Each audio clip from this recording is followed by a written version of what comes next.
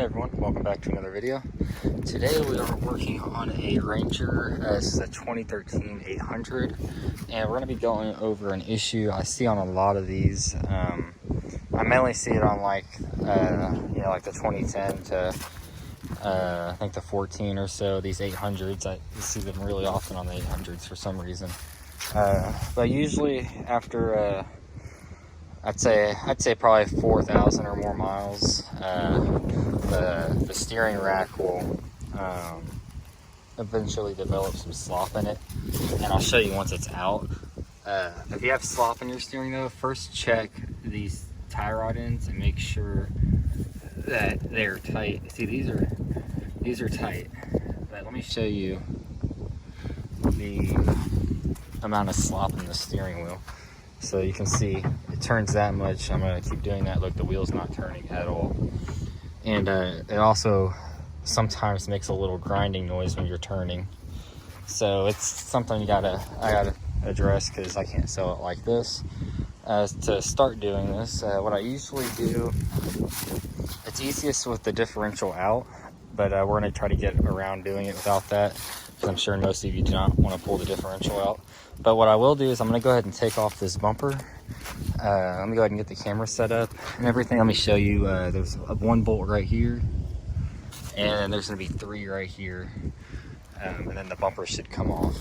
Let me go ahead and set the camera up, and we'll do that.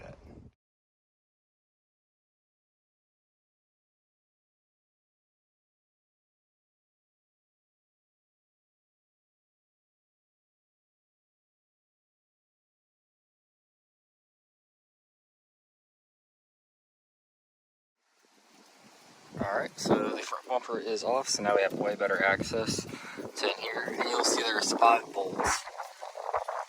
Here, put the camera back up in there. So there's 1, 2, 3 right there, and there's 1 there and 1 underneath. So to get to the back of this, since not all of them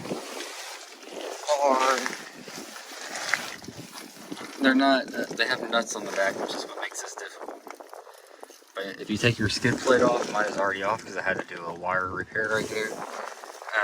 If you get to that on the back, you should be good. I believe they're either 1/2 inch or 9/16. But let me get y'all set up, and we'll try to take those off.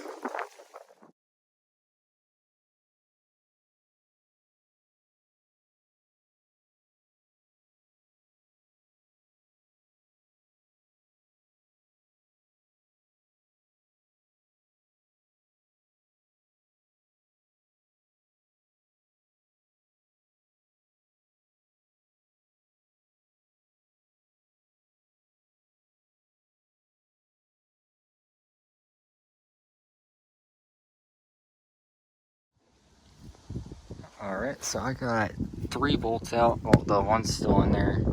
I'll have to pull it out in a minute. But we're going to go ahead and try to tackle this U-joint up in here. So there is a nut on the back of it. So I'm going to go ahead and get an impact and loosen that up. I'm going to go ahead and turn the wheel so that the nut is facing toward us. The bolts facing toward us. And let me go ahead and get an impact and we'll zip that off.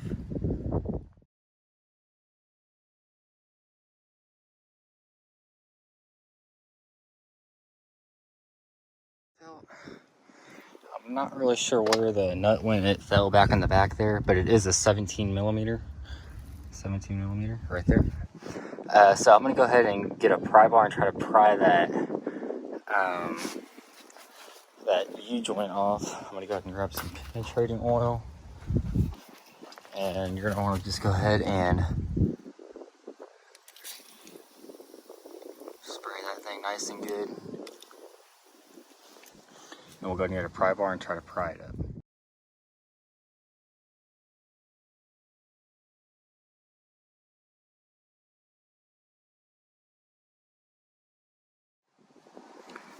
Okay, so now that I got that pried up just a little bit, Sorry, I know that time lapse wasn't very good, but I got it pried up just a little bit. So now what I'm going to do is take the two other bolts out, and that should allow the steering rack to drop down the rest of the way.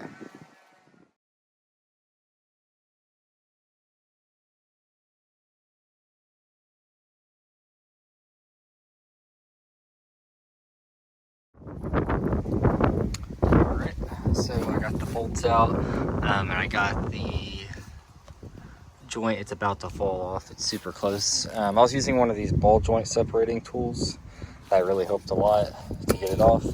Next, we need to take the wheels off, so I'll go ahead and do that off camera because that's pretty self-explanatory. And then we can get to the tie rod end. Alright, so next we're going to go ahead and remove this tie rod. There's a cotter pin and a nut. Oh, this thing does not want to focus today. Anyway, so the cotter pin and a nut and a bolt, and the whole thing comes right off.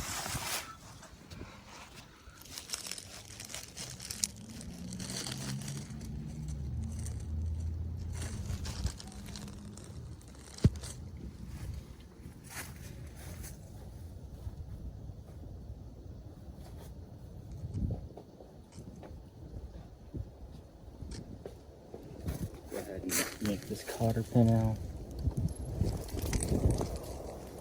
Sorry for the wind today.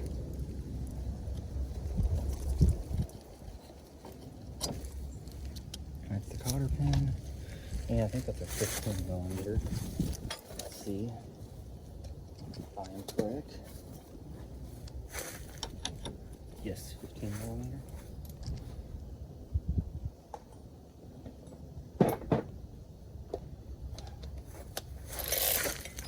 Slap it on the electric ratchet here. Oh, well, the top's a 15, the bottom's a 17.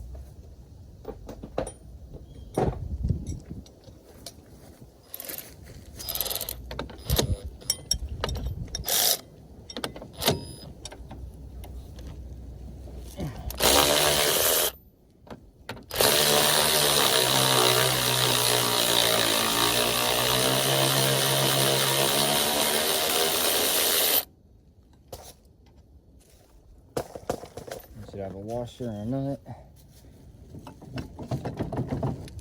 and just give it a few little taps, and there is a washer on both sides of the nut on these.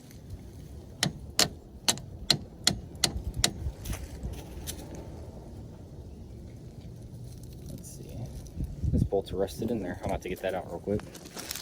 Alright, sorry, the air compressor's running. I kind of started moving ahead of myself. But once you get both tie rods off, on this side you can slide it through. There's these radiator hoses, and they kind of stick up. So as long as your machine's cold, I get the pry bar and just pry them down just a little bit. It doesn't take much. But here, I'll watch it. You can watch as I hopefully get this thing out. It is a very tight squeeze, but it will eventually come out. Just like that. And here's what we got. You can see this bearing. You can just see the seal's not even close. And there you can see it wobble. It's hard to tell, but this has play. So this side's even worse. Overall, just this whole thing is trash. You can see these arms just flop around like crazy. Junk. So let me go get the new one out and we'll start assembling. Alright, so here's the new unit. You can see the shaft is tight. These are tight. Should be good to go. Tie rods they feel pretty tight. So I'm going to go ahead and start getting it back in there. Once you get it in there, before you attach this or anything else, put the bolt back in for this bolt right here, because it'll hit the differential. If you get all these other bolts in and put this one in last, it'll hit the diff and you can't get this bolt in. So make sure you put that one in before you start putting everything else back together. If you do happen to forget that, we can just simply unbolt the differential. It's just 4 bolts underneath the diff, and you can just slide it out of the way a little bit. It's not a huge deal, but it makes it a lot easier to do it like this. So let me get y'all set up and I'll put it back in.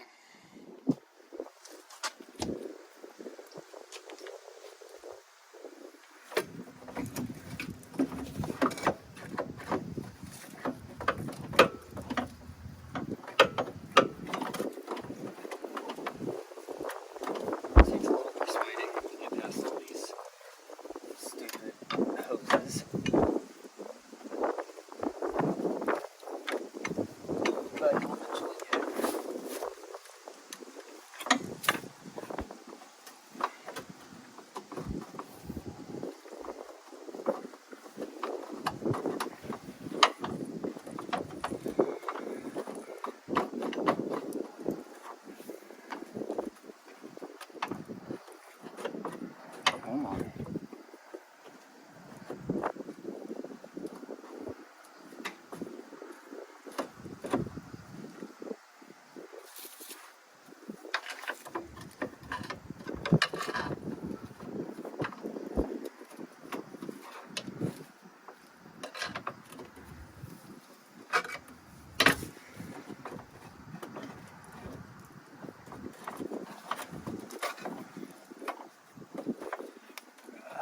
Almost there.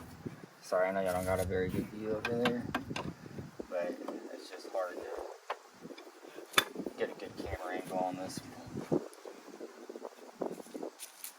While I'm putting this in here, I got past the radiator hoses, and there's a brake cable or a brake line. I'm putting this on now.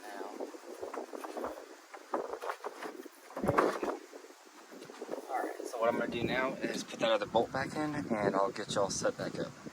Alright, next we're going to go ahead and put our tie rods back on. I'm not going to video this because it's pretty easy to do.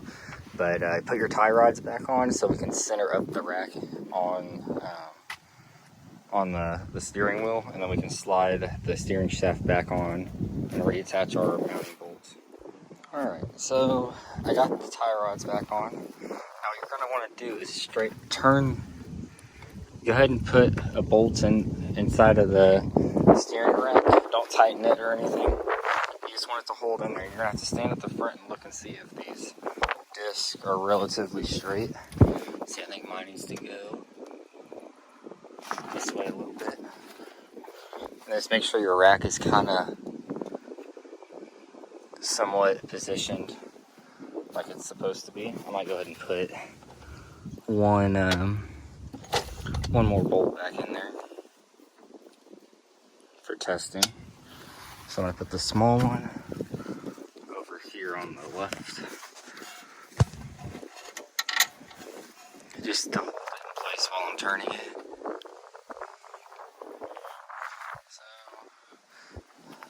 So if you're putting a used or a new rack on and it already has tie rods on it, keep in mind the tie rods might not be adjusted. But you just want to get it as close to even as possible. I'm pretty happy with that right there. So what I'm going to do is spray a little penetrating oil on that shaft. And I'm going to slowly drop the shaft onto the peg. You're going to want to make sure your wheel is centered. Centered will be with the Ranger on the side, just like that. And go ahead and give it a shot and see if you can slide it on there. I'm going to go ahead and skip it because I'm going to save a lot of time of boring this. Alright, about after 30 minutes of trial and error, I finally got the bolt in there and on the shaft. And I got it pretty well aligned, good enough that I can dial it in with the adjustable tie rods here. So now I'm going to go ahead and put all the bolts back in, and we'll put the bumper on, and I'll give it an alignment. It should be good. So stay tuned for a few more minutes. And if you're struggling quite a bit with this part, don't worry, I did too. I always struggle every time I do one of these. It's always a pain, but you got to work through it. So let me get y'all set up on a time lapse, and we'll get this thing thrown back together.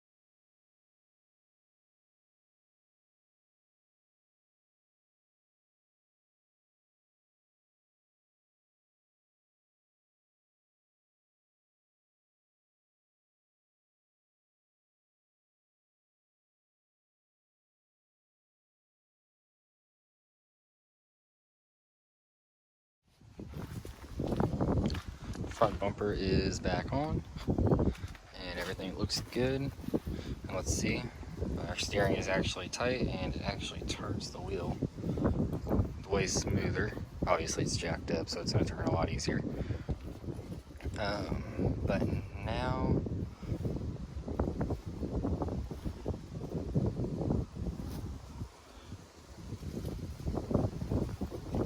I guess I'm going to probably go ahead and straighten the wheel out and give her an alignment, so I will be back.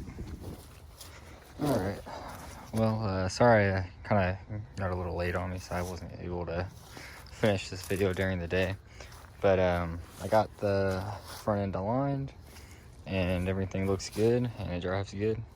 I still need to do this wheel bearing. I just ran out of time. I'm not really sure if this one's all that bad, but this one's good to go on this side. But anyways, if you have any questions or anything, please drop them below. Sorry, I know the camera angles weren't the best, but it's just hard to do it when I run by myself. So anyways, y'all have a good day, and thanks for watching.